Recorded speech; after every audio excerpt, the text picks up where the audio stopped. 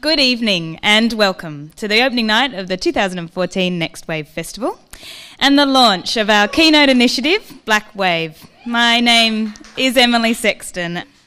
So, as we've said, Blak Wave is a program that stretches across three mediums. It is a book, it is a talk series, and it is 7 new contemporary art projects. And I'm incredibly proud to present these ambitious, significant new works, often in mediums that represent new areas of the artist's practice. So we're talking about really talented artists such as Stephen Payton, Megan Cope, Carly Shepherd, Genoa Gala, Colin Kinchler with Gavin Walters, Ryan Presley and Sarah Jane Norman.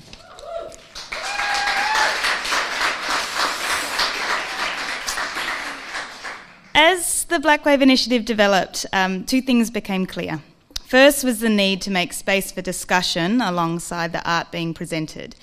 And the second was the immense gratitude emerging Aboriginal and Torres Strait Islander artists felt towards the generation that came before them, for the political struggles won, for the mentoring, the guidance and the instruction so generously given, for the insights into how to make the scene work for you. And I would say this intergenerational dialogue permeates well beyond the Indigenous artists in our program and is actually characteristic of a number of projects in the 2014 festival. So our special guest panellists tonight, and we're going to get to them really soon, they represent a very wide range of generations and of artistic practices. A number of these artists have created work that strongly influence the emerging artists in our program, and their names are frequently mentioned in the book. It's a great privilege to have them with us, to share their ideas on the future of contemporary practice for Aboriginal and Torres Strait Islander people. For my organisation, Blak Wave is a beginning. It is not definitive and does not seek to be an authority. Blak Wave in all its forms sees Aboriginal and Torres Strait Islander people asking questions, offering their ideas and making work that's relevant to their experience of contemporary life. We're pretty thrilled that tonight's event is so popular. But what I'd really love is for you to translate your interest into feedback, into ideas and into discussion about what Next Wave can do next. Let's keep it growing because this can only get stronger and better. So on behalf of all of Next Wave, I'd like to thank Arts Victoria, the Australia Council for the Arts, the City of Melbourne and the Beeson family for their support of our work. And without any more from me, I would now like to welcome my co-curator Tahjee Moar to the stage, Tony Albert, a member of Next Wave's Curatorial Advisory Committee, and Destiny Deacon, Virginia Fraser and Clinton Nain. And I'd now like to hand over to our host, Richard Bell. First of all, I'd like to thank the people in Next Wave and Blak Wave for inviting me here, flying me down Qantas, because it's got an animal on the back, so I like animals. With the politician that just left, with the money that she's the arts minister and that, you should ask them for a bit more money, so that I can fly down first class, No, he's from Queensland. Don't knock her. She's got the best name in the arts, Heidi Victoria. Yeah, I thought that was a corporation. No.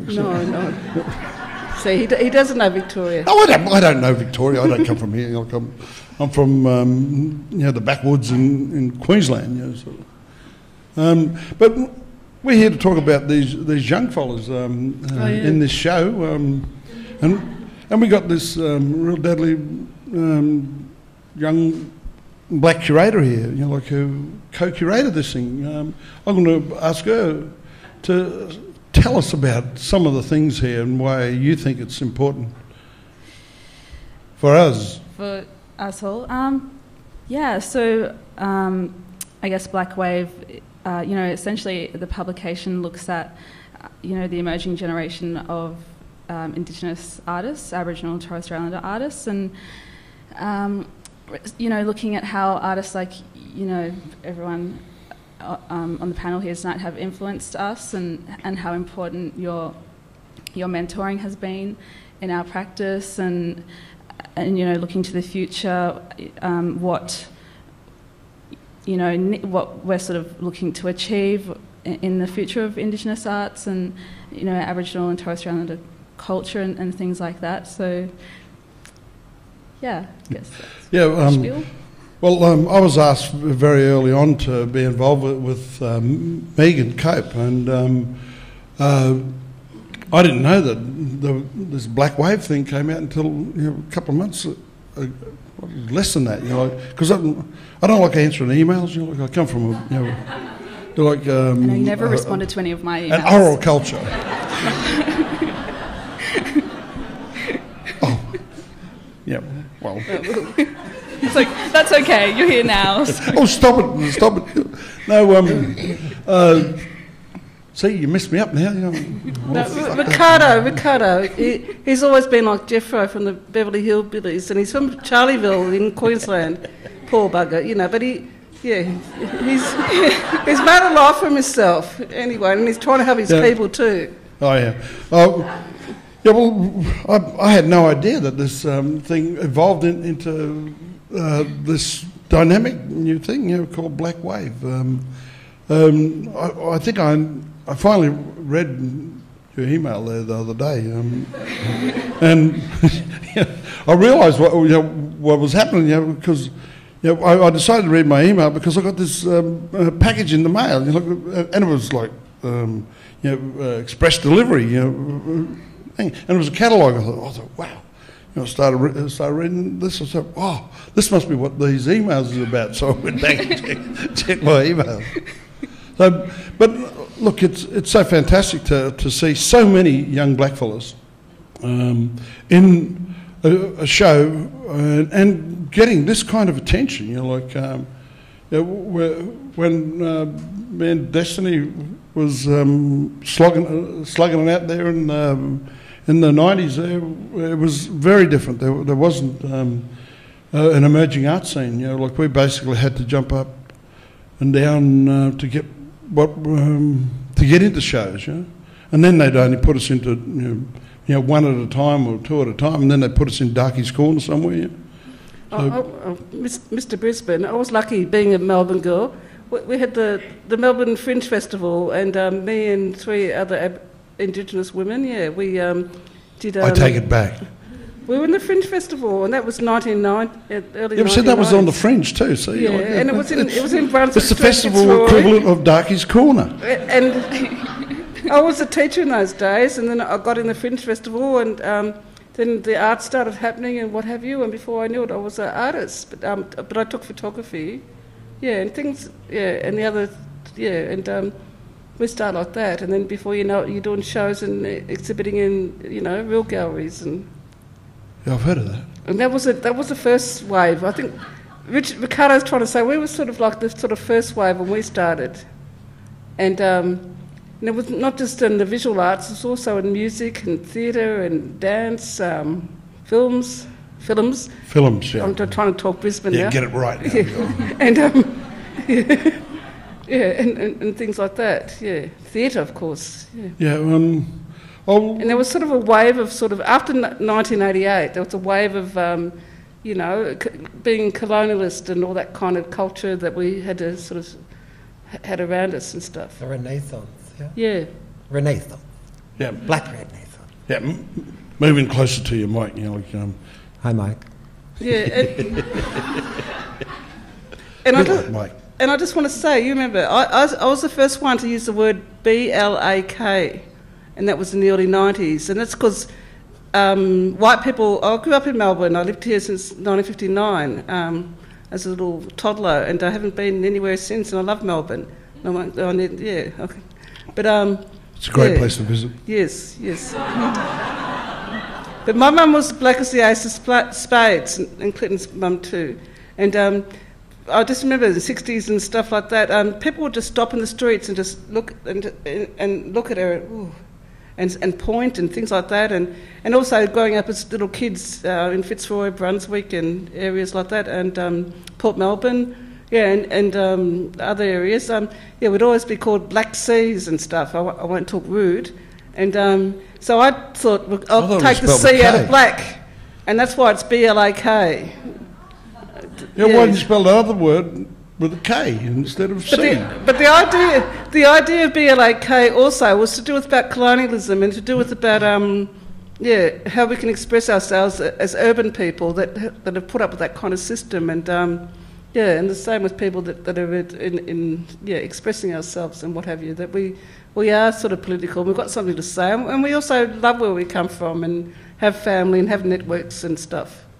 And defining a new language, I think that deserves a round of applause. I'm sorry I never copyrighted it because Coca-Cola came out with it, with BLAK Coke. Imagine, I could have made it some money. That'll be the day. Anyway, next. She was put in her English teacher school. Yeah, good teacher. Yeah, I'm still teaching. Yeah, you were one of Charlie's angels too. You know. Yeah. When Charlie Perkins was a big time public servant in Canberra in the 70s and 80s, eh? Yeah. Yeah, and he used to hire all these really beautiful young black girls, you know, and we used to call them his angels, you know. So, oh look, and Destiny was one of those angels. Yes. Yeah, no, it was a hard. See. Yes. Well, help make policy and stuff. Yeah. It's true because when I was a little one, I went to Canberra to visit Destiny on my school holidays, and Destiny took me in to work there, and I've never seen Aboriginal or Torres Strait Islander women in a big building, you know, like in with all this flash, you know, offices and all of that, and it was such an eye-opener. I'd never seen anything like that before. That's back in early 80s or something, Yeah. And, and that's where Destiny worked for years, long time in Canberra, going around in circles. Yeah. And I took him to see the Chinese circus at the Canberra Arts Centre or something, cool little thing. And it was Easter, because he came during Easter holidays. And Destiny. I'll just get the story out. He was young. See, this is just going to be like a blackfellas conversation. No. Please let me explain my brother Clinton. He turned up and had a little beret on his head. How old was he? He was only a young teenager. Communist. And he turned up on the plane by himself, unaccompanied minor. And I took him down to the main Canberra thing where they got the little medal there and stuff.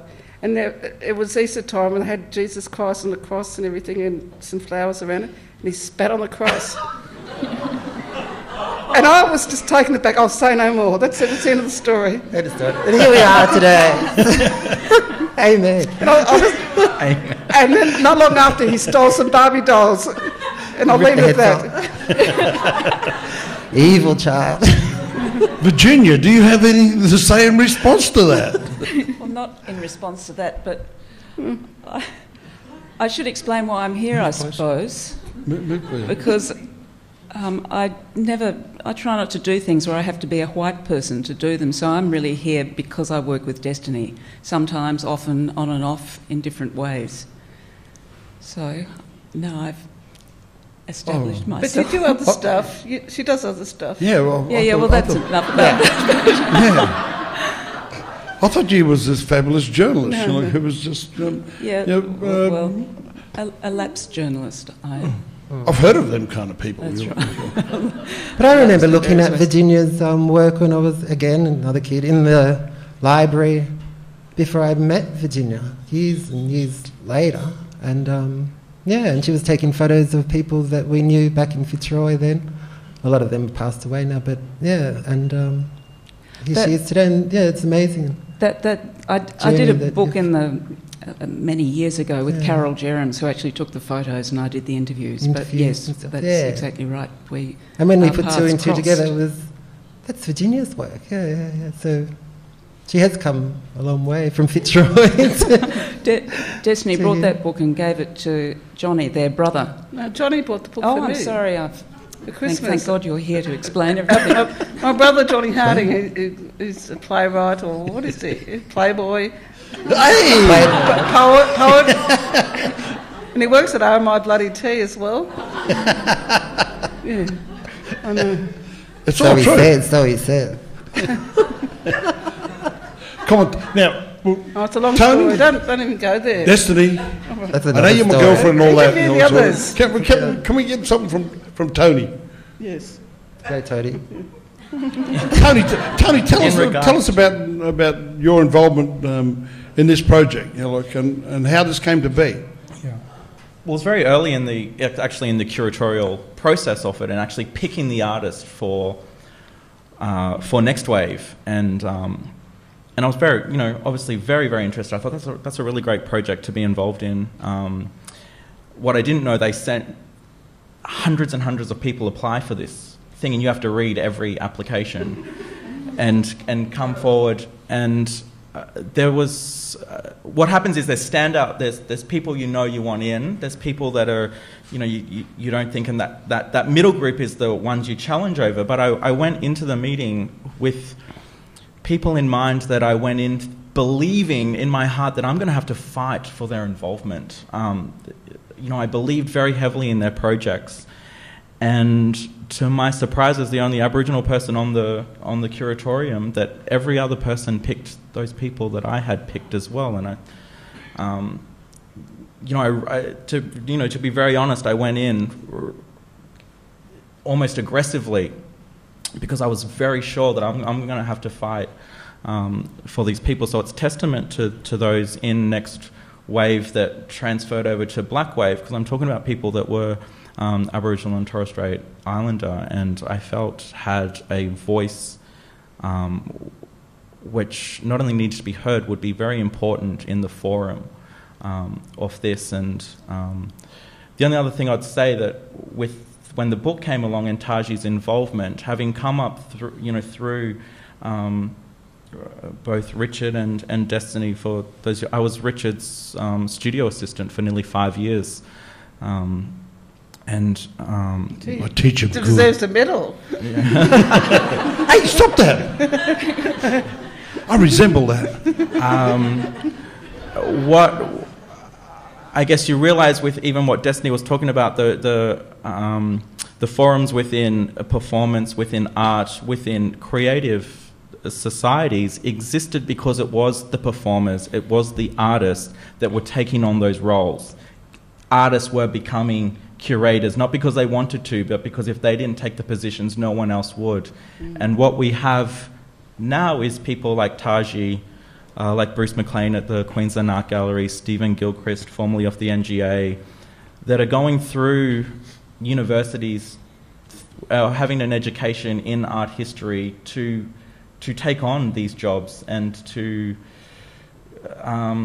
which is really, for me, I don't know for you, that I think is really, really exciting, that it gives a chance for the artists to actually be artists. And we don't have to go, well, we need to be the curator, because then that's the only way we're going to get curated into shows. There is this younger generation taking on that role, which is incredibly exciting. So any chance I get to be involved in that kind of forum, and very early on in that curatorium, I absolutely put my hand up and was very honoured to be involved. Yeah, so like, see, Destiny, we didn't just open the doors, for these youngsters to come through. We kicked them off the fucking hinges. Yes. So there's no doors there now. People can move, can get picked into these shows now, and en masse. Now, there's 7 just now, and that's probably just because there's those numbers available right now. Like next year, in 2 years' time, there mightn't be those kind of numbers. There might be more as well. So it's. I was so surprised, pleasantly surprised, to see this this thing eventuate. And it evolved, behind my back, basically. and it emerged. I think, damn, this is so good, for these youngsters, to have their words, put into print, What you've got to realise is that they're there forever. So make sure when you're giving talks and that, to think carefully about what you say and that. Me, I don't care what they write about me. Just so long as they keep writing about me. That's all. Yeah, and then the process, or the way in which we think about it, I have great non-Aboriginal friends who are curators that always have an Aboriginal person in their show. But it's not to tick a box, it's not tokenistic. It's because the belief that how can you curate a show under any premise within an Australian context without having an Aboriginal person in it, without having a woman in it. You have failed before you started if that is not mixed, and it's this double-edged sword. It's this idea that you're having someone in, but not because you need them in it. It's because they have to be in it. And what the percentage is, if it's one, if it's the majority of the show. Yeah, but that's what we were telling them too, eh? Of course. This audience is testament to that, though, as well. I mean, I think and we were fantastic, mate. 10 years ago. 10 years ago, there would not have been this, you'd be flat out getting this amount of only black people to come and listen to you. Your family. Well, what are you saying there? Well, in terms of an art context, anyway, so that people, they want to hear, they want to learn, they want to know, and this publication, I think the way it has those spare pages within it, you can take notes, you can listen, you can start your own language, but there might have been this apprehensive nature about the inclusion of Aboriginal people in things that I think people are far more open to, or know that there is something wrong.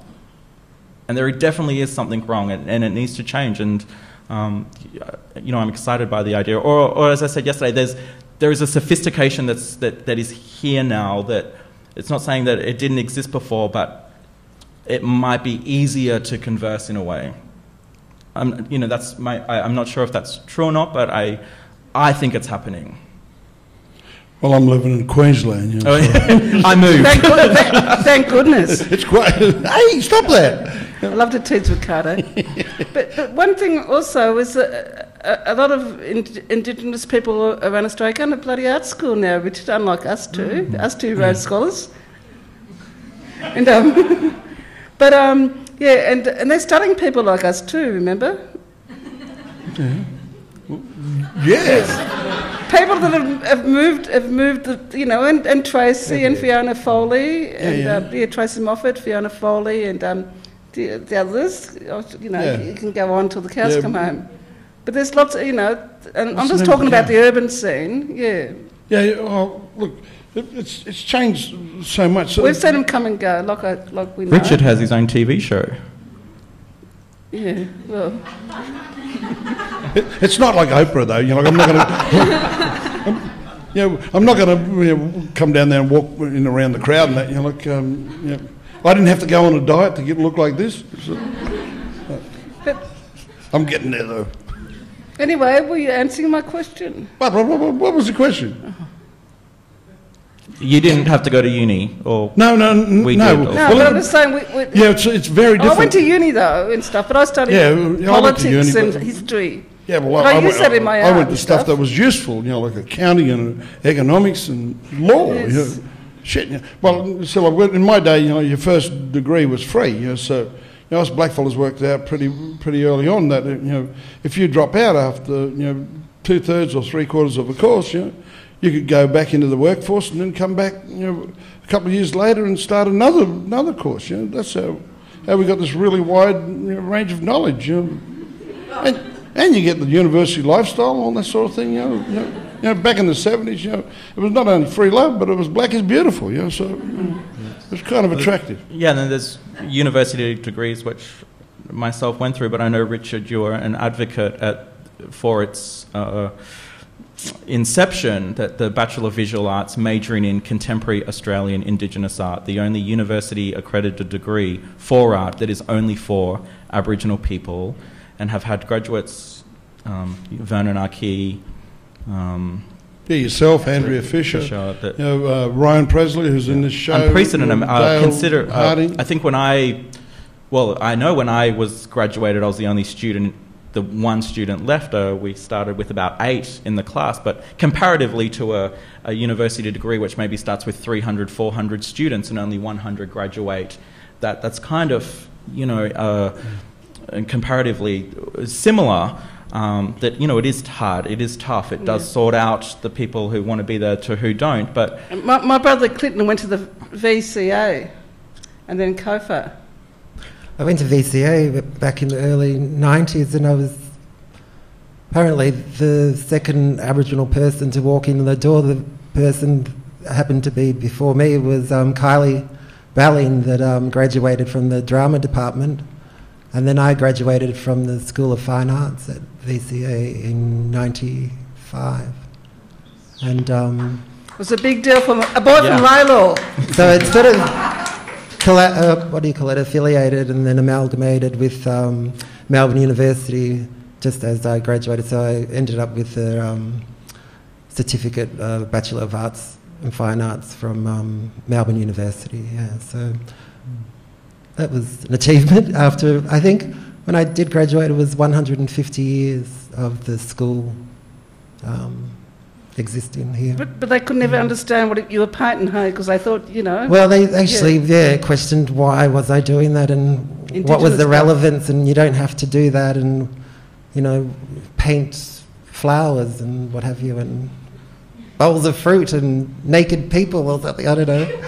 But because I was painting, you know, things that were to do with story and politics and my family history and all that kind of thing, and they kind of, I guess, they didn't understand it because they're white people and they don't understand my culture and my history. They didn't know at that time. I guess things have changed since then, hopefully. But like, I know that there's a lot more. Well, there's lots of people who have graduated since then, Aboriginal Torres Strait Islander people from that college in particular. But I think it has changed things. Yeah, but that's because we demanded those changes. You know, like back then. You know, like we wanted the institutions to take notice of what we were doing.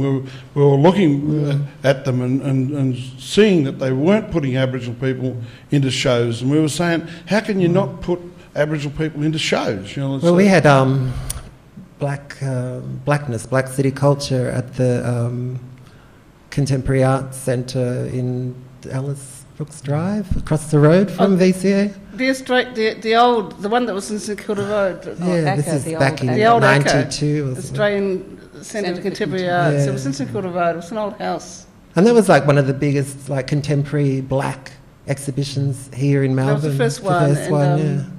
Claire Williamson. Yeah, curated, and Hetty Perkins. And that's where blackness came from, because they wanted a name, and bang, the old teacher, and take the C out of it.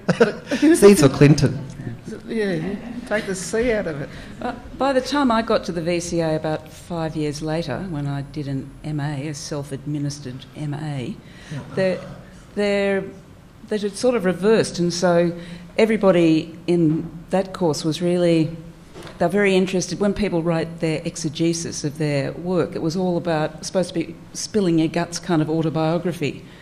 And so perhaps you had an influence on the way they did it, because obviously they resisted your autobiography and yet they were forcing it on people 5 years later. Yeah. Well, things changed dramatically, for the good. Because when I was there was still like teaching Aboriginal people who were primitive and Stone Age and all this kind of thing. I had to actually get up out of the class. They expected me to and draw stormed dots. out and went to Melbourne University to the liaison office there in Faraday Street to Lisa Belair at the time, and I said to her, I don't know if I can handle this, because they're still telling us or teaching, us that Aboriginal Torres Strait Islander people are primitive, and we don't have a culture, we're not artists, or all that kind of thing. And I was in tears. I caught the tram from Swanson Street down from VCA up to Melbourne Uni, and Lisa grabbed me by the hand and took me straight to the Vice-Chancellor. And I told him. Well, the next thing you know, he's come down on the college there and made him change all their curriculum and made him do cultural awareness programs, and all this kind of thing happened. Oh, too deadly. And, it was a hard road, That's a wave. Yeah.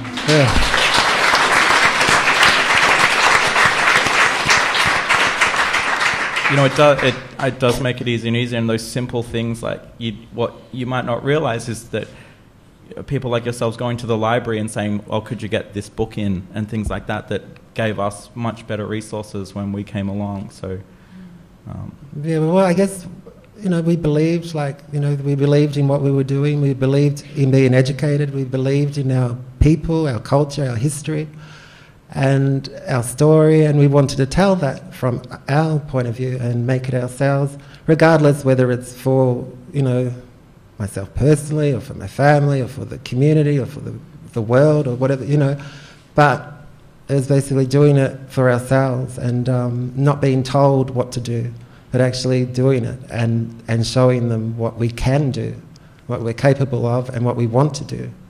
And we were changing that gradually, yeah.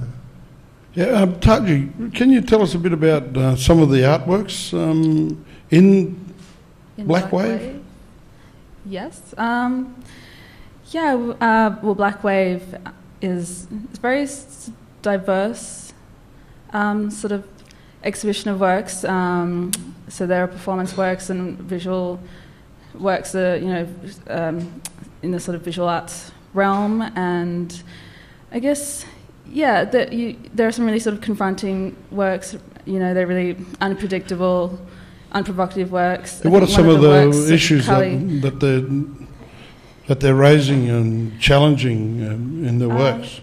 Looking at issues of identity, I see that as a particularly strong theme, and looking back at Australian history and how that's impacted on Aboriginal people today, and things like that, and negotiating culture in a contemporary setting and things like that. So really sort of themes that really make Australian audiences think about things how they wouldn't normally think about them. I guess. Well, that's what we're always doing. We're educating. Always, As artists, we're the educators of the world, of the community, our families, and that's what we do. Yeah, hopefully through. It's not fair because other people can draw flowers and stuff, but we want to say something. You can take photos of flowers. And the personal is political and all that kind of thing. I don't know. We must be mad. We're going to get some questions here. Open it up for questions here sometime soon. We're going to get some questions, from white people, and they'll want us to solve their problems for them. Oh, well, you're used to that, aren't you? I don't know. I'm not buying into that one though. And he wouldn't dare. No. Yeah. Sure.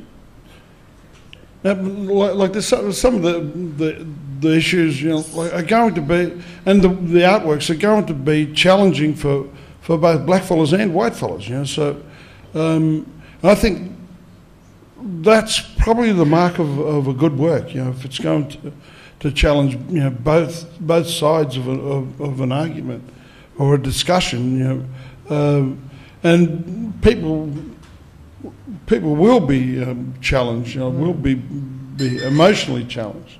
And the challenge is good. Like when I can think about, making work back at like VCA's days, or the Black City Culture exhibition and all of that. That kind of, and I know Destiny and the other artists, it made us think a lot more in depth of what we really want to achieve, what we want to say, and I think it was scary because for the first time we're putting out our deeper, inner thoughts about our blackness and what we really think, and the politics of it all, and radical and angry or whatever, or sad or in love or whatever it is, happy. And being naughty and naughty and all of those things. And it was a great opportunity. I can remember that freedom. All of a sudden, there was this amazing feeling of a freedom to express yourself.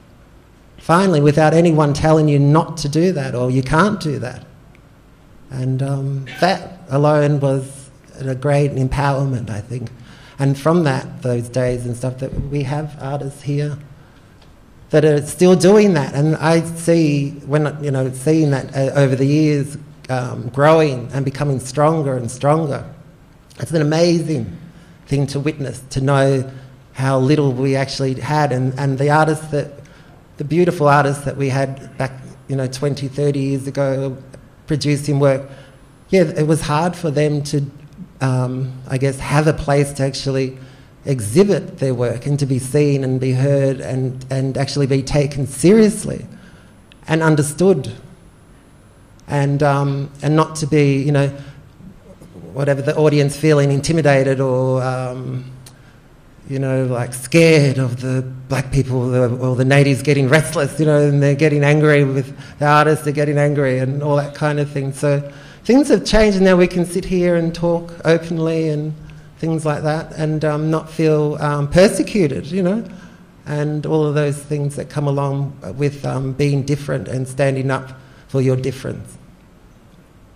And another thing you've got to realise, that a lot of our artists are very fragile. Hey, Richard, we've seen so many come and go and die since 1990. So many beautiful artists, man, woman, from all different regions and urban areas, say, and the best of friends and everything going for them, and then bang, they're gone. Just sort of, it's a really fragile community with the art stuff as well. Yeah, well, you have a look at the government now wants to raise the retirement age to 70. You know, like the life expectancy of an Aboriginal man is 69.1. You know, so we're never going to get to retire. Keep working. Oh, man, I'm not talking about me. You look, I'm unteachable and unemployable. You know, so unworkable. Yeah. And I can't work for the man. Yeah, that's why I'm an artist. It's the last bastion for an unemployable girl. Oh. Poor bugger me, my name Destiny. You get to travel. No tea. You get to travel and stuff, and also, I'm still pushing about things I feel, and that's an important thing. There's no excuse for ignorance. You've got to care about what's happening in the world. And too right. Read newspapers, and you've got the Interbloody.net and all that kind of stuff. You know, there's no excuse for ignorance, and it's a universal thing. Especially what's happening with our people too. It's to do with poverty. It's to do with homelessness, education, all these sort of things. And there's so many issues. Racism. Right. Oh, that's still the biggie. I can't believe it. It's still such a big issue in Australia. It's the most racist country in the world. Everyone reckons that. Like I said. I know there was some people at a talk I was giving there in Perth the other day.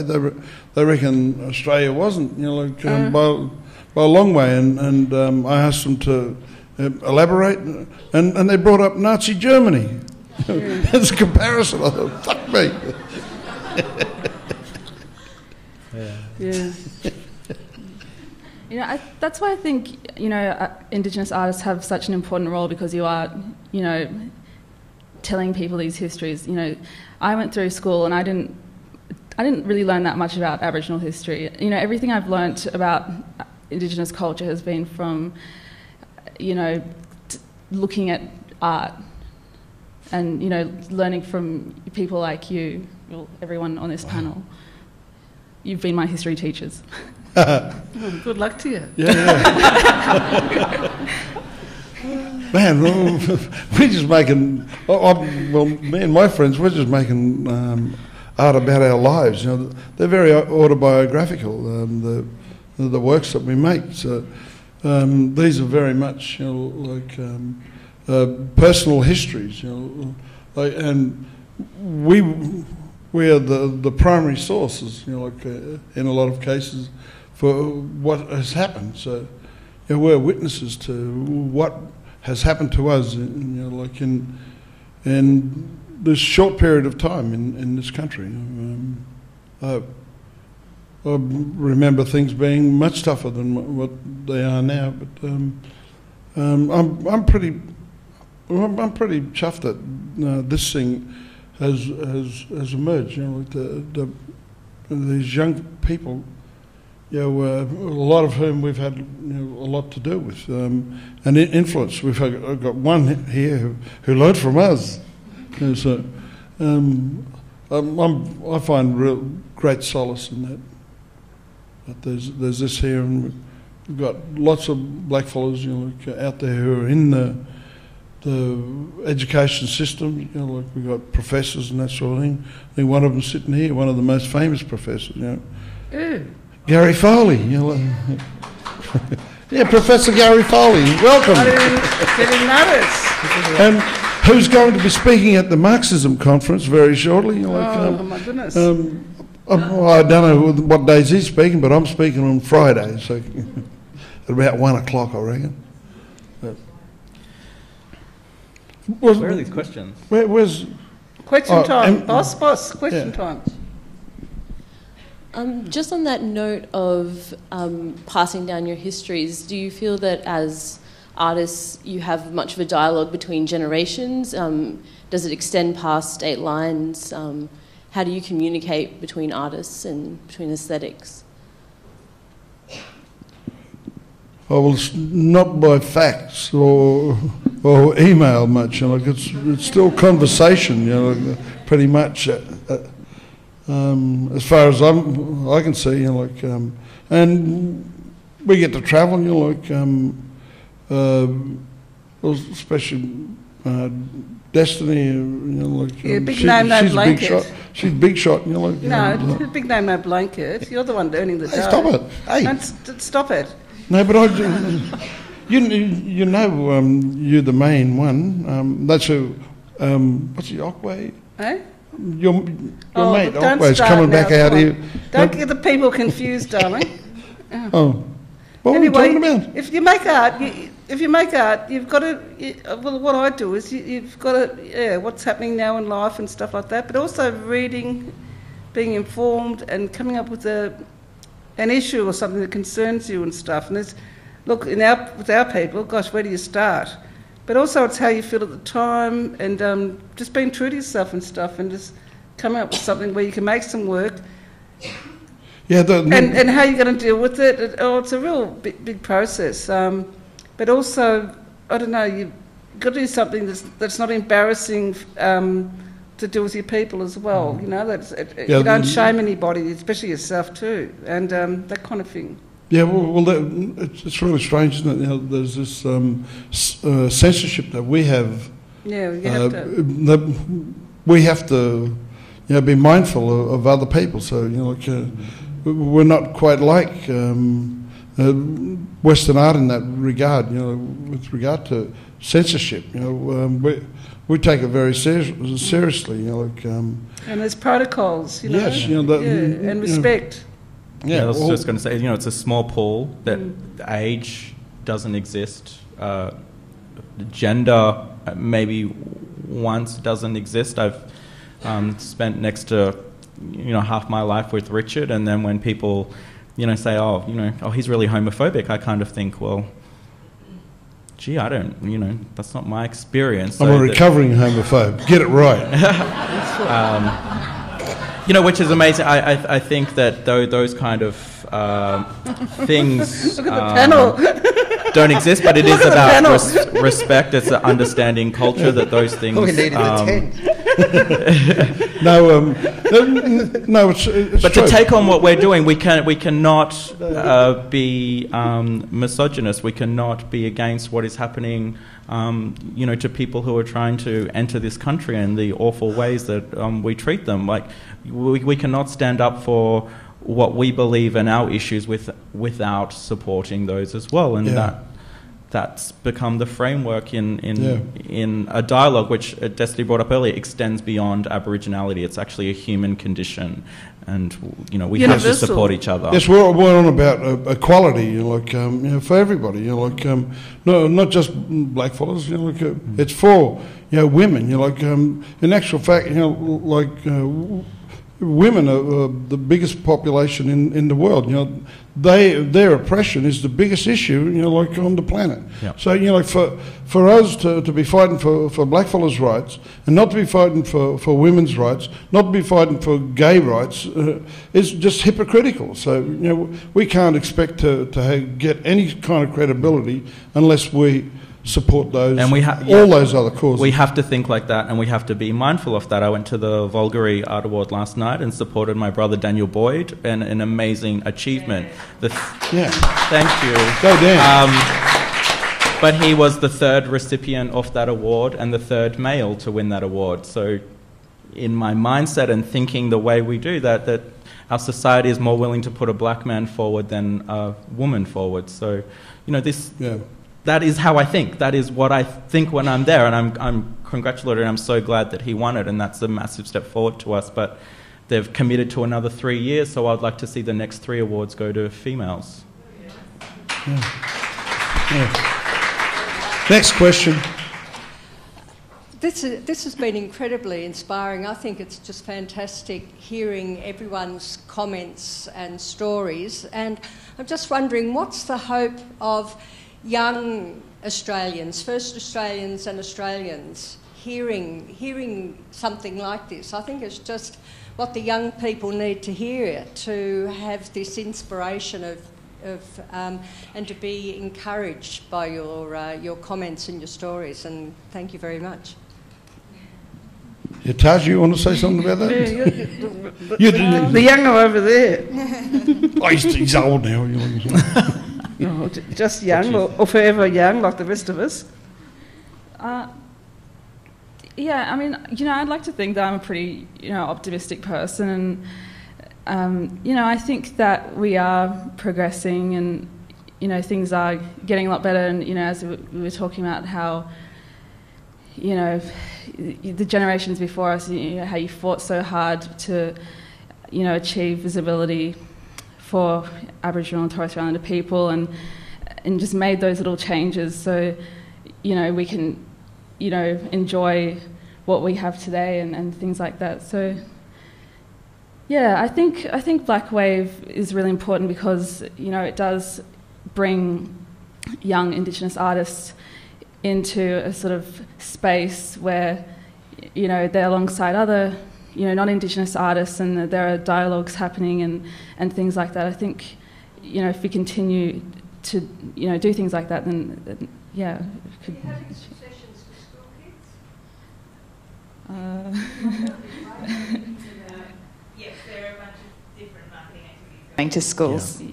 Education is super. I always maintain, the greatest gift we can give our children is historical truth. We have a great deal of pain to go through as a country by acknowledging what has really happened here and what other cultures or religions overseas have taught us. That comes with a great deal of pain for us all to deal with. But that acknowledgement has to happen first. I think earlier where I said that the involvement of Aboriginal people, not as ticking the box, but as valid voices within a critical dialogue, is super important. And I would also really love to see greater collaborations between Aboriginal and non-Aboriginal people. Not non-Aboriginal people taking and using Aboriginal imagery for their own gain, but actually working together on there's a visual language that we can create as a society which is so important. And when I look at those people's works that appropriate Aboriginal art, the thing that I love about them is what is that it exists. That dialogue needs to exist, but the tragedy is there's no cohesiveness. There's no again, it's about taking ownership over something, not being part of something. And we are here, I think, with people like Tahjee. I've 10 years senior to that. I know that can exist because I've done that and I've been part of that, and it just is disheartening to see that kind of continue to happen. There is a sophistication here that exists, that in the art world especially, and that's something that I think I would love to see. There's a kind of creepy stalker thing it seems to me, in the sort of appropriation you're talking about, where people follow around and just like copying your hairstyle. I mean, wearing the same clothes as you. I should be apologetic. The most significant and people we should be looking at as yourself and Destiny, Virginia, that you really were at the forefront of that, created around a dialogue, around talking to each other, about mutual respect, about something that wasn't about someone taking from someone else. It was this idea that stemmed through this should be happening, and that should be happening in Australia. It should absolutely be happening. We should. There is room. I just can't understand how it's our complacency to the idea of, or the continuation of people supporting that kind of behaviour shames me greatly, because we're so much better than that. So there you got it. We got the young people saying to these artists out here appropriating inappropriately, stop trying to collect a pet abo. Oops, did I say Aborigine? But I think, over the past, when I've collaborated with non-Indigenous people and worked with them, it is such an empowerment. It's like, again, a freedom that you can express, and you share something that you kind of don't have that every day of your life, like walking down the street or whatever you're doing. But it's sort of, when you do come across that and involve yourself in that situation, and you're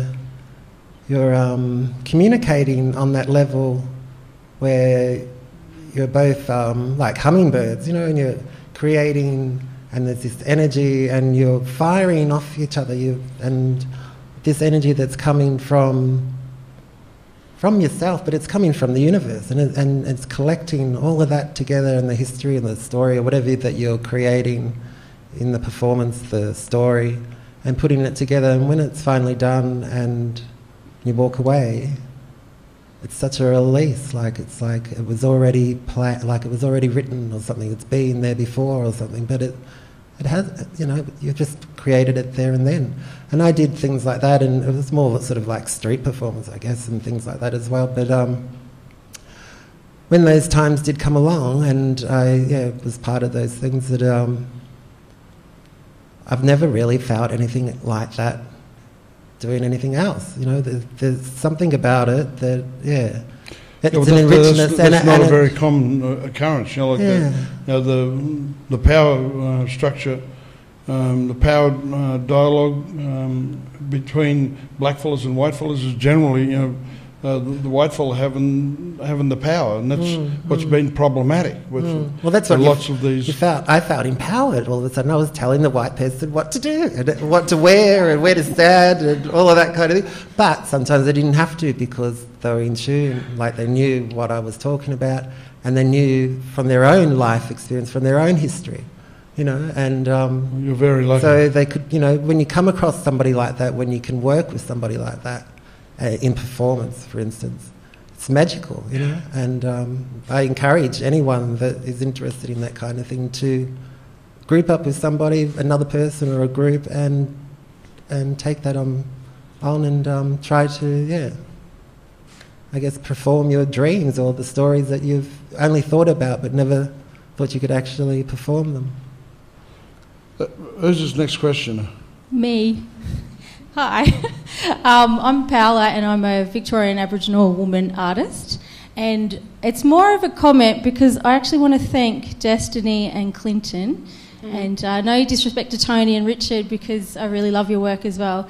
But having arrived in Melbourne as an 18-year-old from Yorta Yorta country in Echuca to go to Melbourne Uni in 1993, Destiny was one of my tutors. I was teaching you English literature at Melbourne Uni, and you wagged a lot of classes, I remember that. And the reason she was in the Clyde Hotel. I was in the Clyde and PAs, and the career unit at Faraday Street, and the other one down from the pub. But the reason I did a BA is because when I was at high school, all I ever wanted to be was an artist. My grandmother was an artist. Well, you're supposed to read the book. You only have to read one Australian novel a week. I know, but so did I. It killed you. It's because I wanted to study art, but I never thought I was good enough, so I didn't go to art school. But 14 years later, I am a practicing artist, and in 2000, Next Wave did a really great show called Abnormal, and it was curated by Gail Harradine and Daniel King, and it was myself and Clinton and Mandy Nicholson and Craig Charles and people like that. And so Next Wave gave me an opportunity 14 years ago, so I want to say thank you for that. It was at Dante's in Gertrude Street. Yeah. Great venue. Wow. And I really want to thank Destiny and Clinton, because you were my role models growing up when I got here. You showed me that black political landscape of Melbourne that is invisible to a lot of other people, but you showed me the way, and I really appreciate that. And thank you. Thanks, darling. I'm sorry I never got you to do the reading that you were supposed to do, those great Australian novels, Patrick White and I forget who else there was. Sadly, we've come to the end of this night.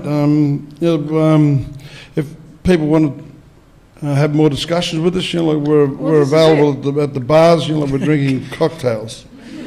on the swings and the roundabouts, eh? So, I think it's... thank you very much once again for the invitation, and thank you, panellists. Can you all join me in a big round of applause for this amazing panel?